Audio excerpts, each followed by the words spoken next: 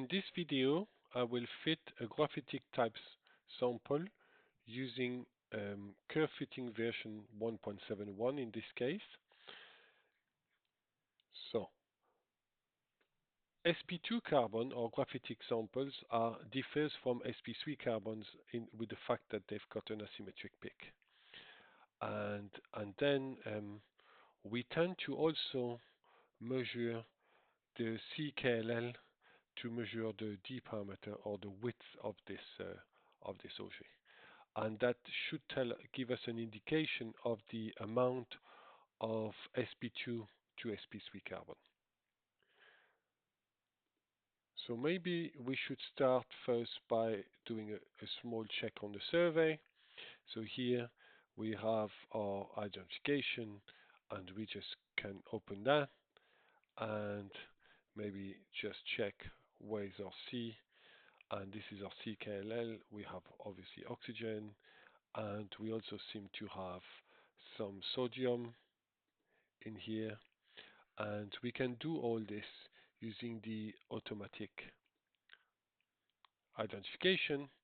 Sometimes with carbon 1s the germanium seems to come, so we will try to run that, and you can see that germanium is now coming, so we can remove the germanium by using this minus GE, and that should remove all the indication of germanium.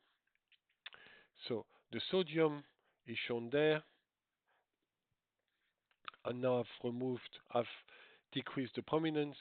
He hasn't been able to find oxygen, and we want to have some indication. So if I don't put any minus, he should be able to look for the oxygen. Okay, so now here we have an indication of carbon 1s to oxygen ratio. The next thing I would do before fitting the carbon 1s is going through the D parameter. So in this menu, the help menu, we have the knowledge menu, and we can go into useful paper, and maybe we could go to measuring the D parameter.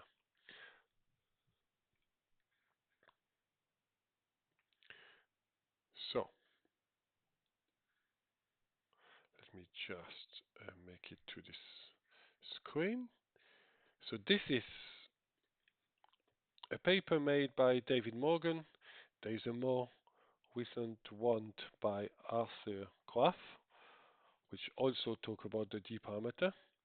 And so what it goes through is how it is done usually, and what you need to find out. So this is, for example, in here the diamond type, which is sp3, and the HOPG, which is sp2, and in the sp2 you tend to have a pi star satellite shake-up, which is shown here, and then obviously the asymmetric peak.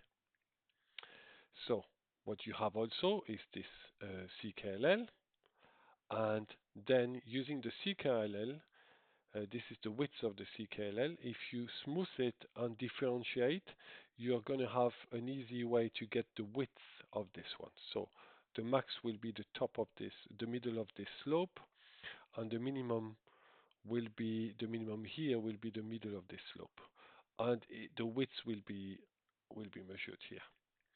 And then if you do that for different type of sp2 concentration carbon, you would get something like this. You will get a linear relationship between the amount of sp2 to sp3, with diamond being at 14 eV width and HOPG around 23 eV. Okay, so this is something we can do with KherveFitting. So let me go through that now. So what you do is you can use this dpar tool, and that will straight away smooth and differentiate. So you just have to click on calculate, and you get this value here, 22.6, and so 22.6 in what we've just seen is close to the absolute 100%. So I would say around 90% sp2. So this is, I must say, this is not a perfect where you can get 90.1 or 19.2%. It's really plus minus around 5%. So it's a good indication. That's all I will take it with. So now I will use this value to maybe get a ratio between sp3 to sp2. So this is my carbon 1s. So what I use for that, I will try to use a peak table which is provided by Bissinger. So if you go into this open CherveDB, I will open it now. You get this one. Let me just open it later. So you get this CherveDB, and then you can open the whole database here. So this open up this, and now if I just make it slightly bigger. So on the top you have the menus, XPS fitting, which is from Mark Bissinger, and this should provide some pick table, but let's go through the next. You should also look at the Harwell XPS, which goes through different type of property from the carbon, and it would have, for the D parameters, it will explain exactly this linear curve, so I would try to go through that, and then this menu will go through graphene, graphite type bit with a YouTube video done by David Morgan, and I definitely recommend this.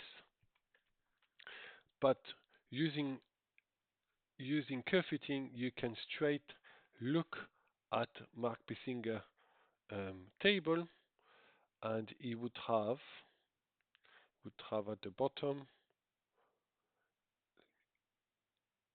That's it. So let's see. That's it. This is the graphitic thing, and so in here he has a table. On that table, gives you first the C double bond C, which is peak A, and then the pi pi star, which is peak F. And peak F is in function of peak A in its position and in its area constraints. So that's something we will want to use for constraining our peak. And then the width seems to be fixed around 2.7. So it's never exactly the same in every instrument, but 2.7 is a good indication. And then we have the standard CC, CO, C double bond O, and OC double bond O. And in this case, they've all been put in function of A with certain variants. For me, I don't tend to put my CC at 285, so that's why it's got A plus 0.5, which gives 285. I tend to put it at 284.8. And that's why you have here the common range A plus 0.3, 0.5. And then in here, he has used a line shape of GL30. So it's a product with 30% LG ratio. Okay, and then the CC, C double bond C, is treated with an asymmetric line shape, the LA function in Casa XPS, with the 1.2. So this is the power ratio on the left side of the Lorentzian, and this is the power ratio on the right side of the Lorentzian, and this is an indication of the width of Gaussian. So I always treated it as in millieV, so that would be a 5 millieV in my case, I believe. 5 millieV Gaussian, so it's almost insignificant. So you do not have any Gaussian here. So KherveFitting has some peak library, and that's what we will use here. But first, let's create a Shirley background. So we go in this peak fitting create model, and this should put it around there. So let's just make it around this value, and I will explain something about why we choose somewhere around there and not rather around there. So we will choose smart, and smart will be a Shirley background if the background goes up, and a linear background if the background goes down. So now we have our active background, so only one region created, and if I use this button or the control down button, I go down into the noise, and you can see now what I wanted to mention, so those two here. Okay, so let me just first put it around there. And so this is the pi star satellite. So two peaks. And this is similar to what was shown by this paper here. And I'm just going to put that there so we can have a look.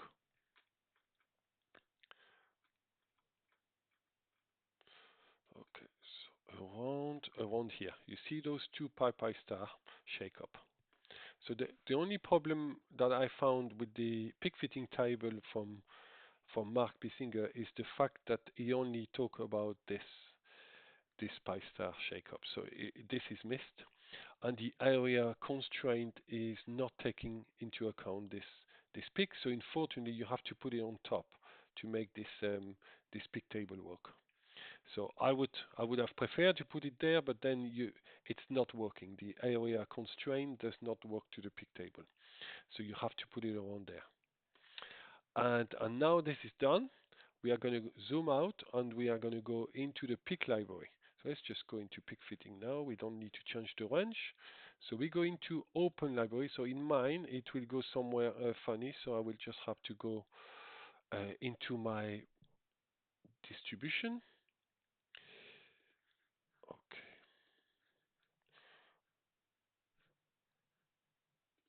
But you have in your KherveFitting folder, you should have something like this. You should have something called pick library. And then in there, I will choose the C double bond C1, and there are two of them. This one was made in December 24th, so already at the beginning of KherveFitting, and this has been improved since. So I would tend to use this one, and this is because we use a different type of LA. So now that's done, and so the LA used with this one, we can play around with the sigma and gamma. So I call it sigma and gamma for the Lorentzian, meaning the power of this Lorentzian that is powered, yes, so it will be on the left side a power 1.1 and on the right side a power 1.4.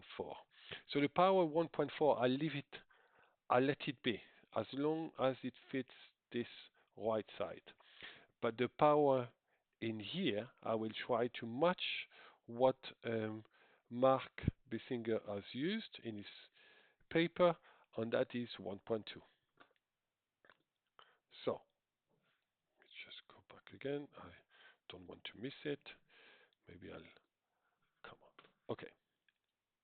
So now we have this, and you can see that they're all in function of A in position. That means now, if I choose my A, and this is just because I'm on pick fitting, yeah, you cannot select the pick A if you're not in the pick fitting tab. And you can see that they will all move around. Okay, and this is again because they're all in function of A. So what I want to do is I want to keep this close to 1.2. That's what it is right now. I could maybe put that to exactly 1.2 and maybe hashtag 0.05, so it will move it very close to that. And this I will. So first, I don't fix this. It's best not to fix because at the moment there's some issues with this, so we want to keep it at the range. And now you can go straight to the pick fitting because they've all been constrained to what is known. And later on we will play with the ratio of C single bond C to C double bond C. And that's it. So this is what he finds. He finds that right now there is no concentration of CC. But we know there is a bit because we found it. We found it through this D parameter. We found that it's, yes, it is very close to 100%, but it isn't. So then when we come back, we may add a small constraint to our CC. Okay, so if I now go down into the background, so that's using this one or control down, I can see how well this has been fitted, and it's already done quite nicely, and we kept that 1.25, that's fine, and this has been also well fitted, so we don't need to play with it at all. Okay, and all you want to do is see maybe if you can add some CC in here. So those are also SP3, but we will try to add those ones as something like A times 0.05. So that gives like a 5% carbon. Okay, so now I will refit again, and you can see this one coming, and now is adjusting because we have this hashtag 0.2 in between. So this is now done. We have our amount of CC written,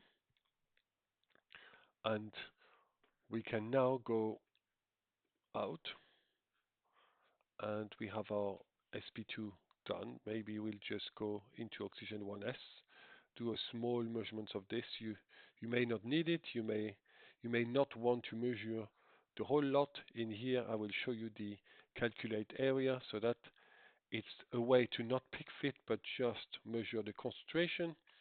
So you go like this, and you create a background. So in this case, by default, it goes to Tuga. Let's go to Smart, and that's it. This is just oxygen 1s. We can change the label. It's 532.5, so that's maybe CO. Okay, and I tend to call it O minus C, so single bond C. Yes, because it's in function of oxygen. So always my oxygen in here first, in my case. Now, just going to go through the next bit. Yeah, so this has been done, and then the sodium has not been done. I can do it exactly the same, so using this, and I need to mention this, you can use the wheel to change you scroll the wheel, you change the size. And sometimes when you hear, this doesn't really come, so as you can see, maybe I want to move this, and maybe, yeah. Sometimes it's not working, so if you go there, you will go to the maximum. So there's often a way to do it in in survey. I will show you later. Okay, sorry, this was a Tuga. Let me go back to Smart and choose this. Okay, so now it shows a linear because the background went down, but I'm just going to go further. I can see that this is sodium, so that's it, something like that. And I will remove the iodine 3s that has been adding, and now that's it. So we have our sodium, and we can now go into the export and select the carbon 1s, the sodium 1s, the oxygen 1s, and export to the results grid. Okay, once that's done, it's in the results tab, and we can choose whatever we like, see how much concentration we had between the carbon okay, let me find on the oxygen. So this is very similar to what the survey showed us. And we can also look at the ratio between CC and C double bond C, for example, something like that. That will be around 5% whether you add the pi star satellite or not. And that is it, as simple as this. So if you have many of those sp2 carbon, I really recommend to use the batching. Okay, so the batching will allow you to go through the different peak parameters in here and go to propagate all the peak fitting tables and to fit it all in one go.